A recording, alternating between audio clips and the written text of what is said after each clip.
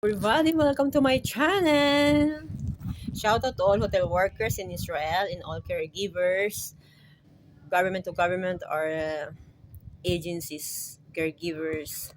Shout out to all of you, to all Filipinos, and to all my subscribers, likers, and commenters here in my vlog. Anyway, hindi ako pumasok ngayong araw na ito at kailangan ko mag-desisyon na huwag pumasok ng 2 araw. Anyway, bago ko ikwento yan sa inyo, please click like, subscribe, and click the notification bell, ting ting ting, para patuloy nyo masubaybayan ang totoo naming buhay dito sa Israel. Please watch this. Alam nyo ba, kailangan kong huwag pumasok. Unang-una, tayong lahat, tayong may katawan, tayong nakakaalam kung kaya natin o hindi. Kapag hindi mo kaya, huwag mong pilitin na yung katawan. Dahil kapag pinilit mo, hindi mo na magagawa ang trabaho sa mga susunod na araw. Nasa Bible yan eh. Kung ikaw ay halimbawa, for example, sa isang mabuting may bahay. Hindi naman tayo may bahay, housekeeper tayo. Sa kasulatan ng Panginoon, ang isang mabuting may bahay ay gumigising ng maaga bago sumikat ang araw. Yan ang mabuting may bahay. At iniingatan ang kanyang mga kamay para magawa niya ang susunod pang mga gawain sa susunod na araw. Pagpalagay na babae tayo, may bahay tayo sa hotel na nililinis natin. Nagkaroon lang ng problema noon na binigyan nila ako ng check-out. Pero yung check-out na yun, bara-bara, bilisan. Kasi total, bakit mo siseryosohin kung hindi naman sila seryoso sa'yo? Binigyan nila ako ng 23 check-out from work 7 o'clock until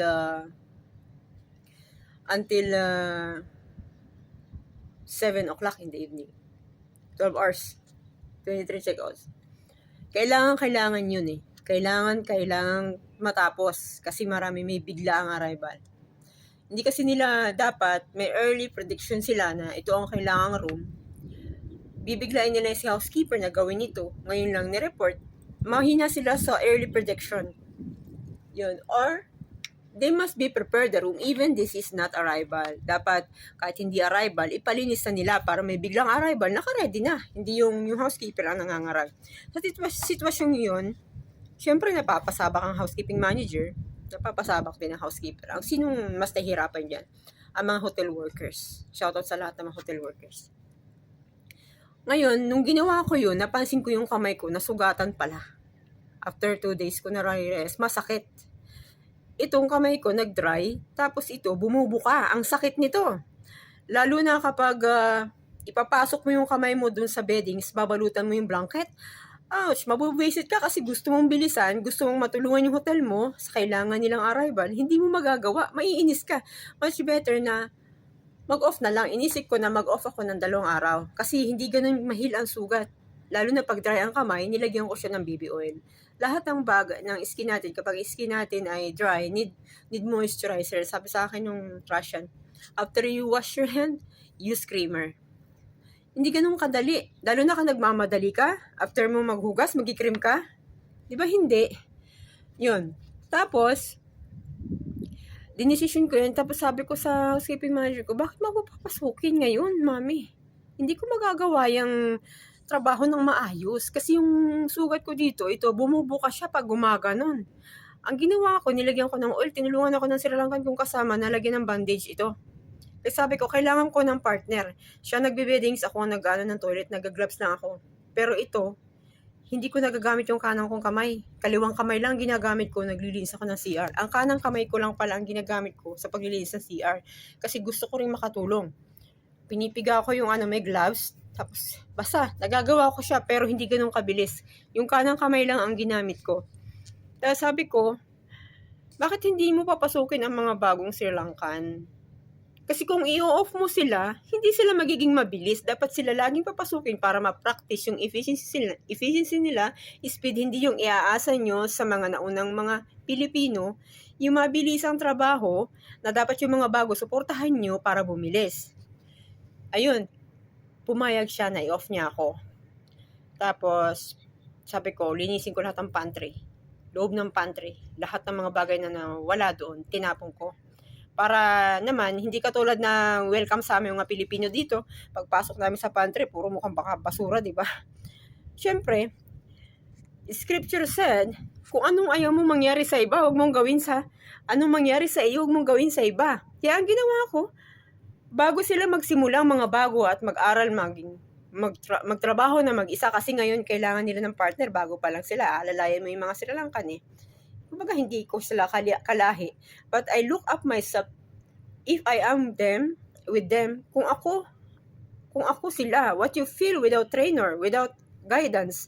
So, kung sila ay walang aalala sa kanila, kawawa sila. So, for example, umalis ako sa hotel na to. For example lang.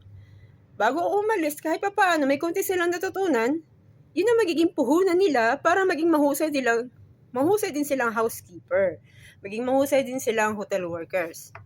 Yun. Kaya, hindi ako pumasok ngayon.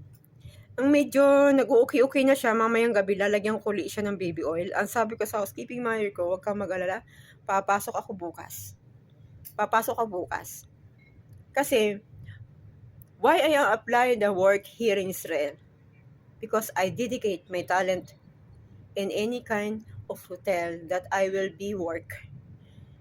Binibigay ko ang dedikasyon ko. Binibigay ko ang talento ko sa kahit saang hotel na ako'y magtatrabaho. Kahit ayaw nila sa akin.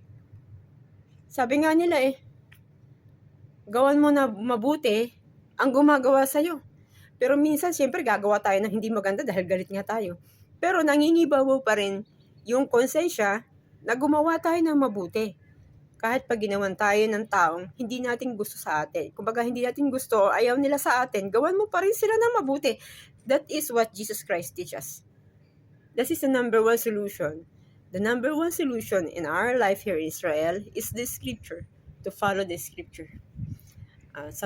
May isang gumambala sa aking mata. May lumilipad na hindi ko alam kung balahibo ba siya or 20 puting butterfly. Napakaganda. Pakita ko nga sa inyo kung kita sa camera to. Ayan white butterfly. Nasaan na yun? Nawala.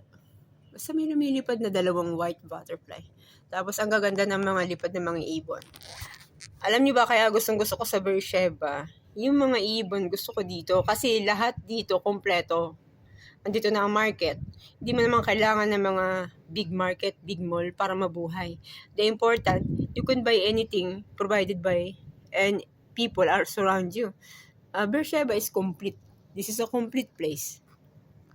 Anyway, I think nagpo-provide din ang Panginoon sa pangangailangan ng bawat isa. Sabi ko nga kay Trell dati nung naglalakad kami, tingnan mo itong nilalakaran natin dati. Lupa. Ngayon habang tumatagal tayo, nilalagyan na nila ng bricks. Because God knows that hotel workers must be walking in the beautiful road. Diba? Hirapan ka na nga sa trabaho, mahirapan ka pa rin sa dadaanan mo. Inaayos ng Panginoon ang daan para sa atin. Diba? Ganun lang yun. Basta napakaganda ngayong araw na to. Napansin ko lang dito sa Israel, every Shabbat, this is the beautiful day. Every week. Ito ang pinakamagandang araw na na-experience ko sa buong buhay ko tuwing Shabbat. Tahimik, mapayapa. Diba? At namimiss ko tuloy ang Jerusalem. Jerusalem is the best and the peaceful place in my life. Diba? Kahit mag-isa kayo, huwag kayong matakot. Sa Israel may mga terrorists.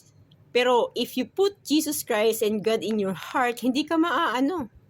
Dahil, parang hindi ko alam kung bakit naiisip ko to ngayon. Our body is a temple of God. Nagagawan man natin ng hindi maganda ang katawan natin. Pero kapag ang puso natin, nilagay natin si Jesus Christ dyan, hindi tayo maaano. Kaya nga sinasabi sa scripture, guard your heart. Anyway, nangaral na ako. Hindi ako pare. Wala, pumasok lang sa isip ko ito ngayon. Binabahagi ko lang sa inyo. Ang ganda ng labas. Bye-bye! Thank you for watching. See you in my next vlog.